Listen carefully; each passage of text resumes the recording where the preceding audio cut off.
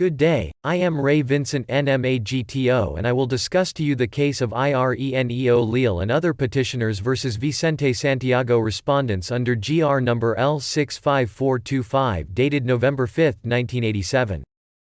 This case brings us back almost half a century ago, on March 21, 1941, when a document entitled, Compraventa, written entirely in the Spanish language, involving 3 parcels of land, was executed by the private respondent's predecessors in interest, Vicente Santiago and his brother, Luis Santiago, in favor of Cirilo Leal, the deceased father of some of the petitioners. Pursuant to this compraventa, the title over the 3 parcels of land in the name of the vendors was cancelled and a new one was issued in the name of Cirilo Leal, who immediately took possession and exercised ownership over the said lands. When Cirilo died on December 10, 1959, the subject lands were inherited by his 6 children, who are among the petitioners, and who caused the consolidation and subdivision of the properties among themselves.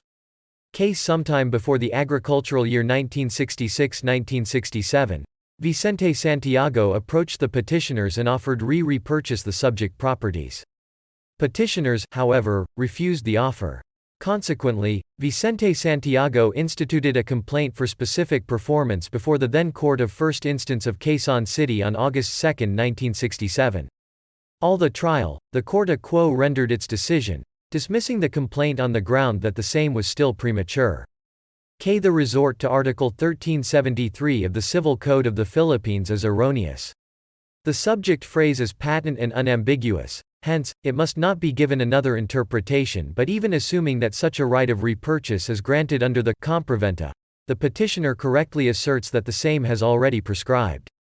Under Article 1508 of the Civil Code of Spain, Article 1606 of the Civil Code of the Philippines, the right to redeem or repurchase, in the absence of an express agreement as to time, shall last 4 years from the date of the contract.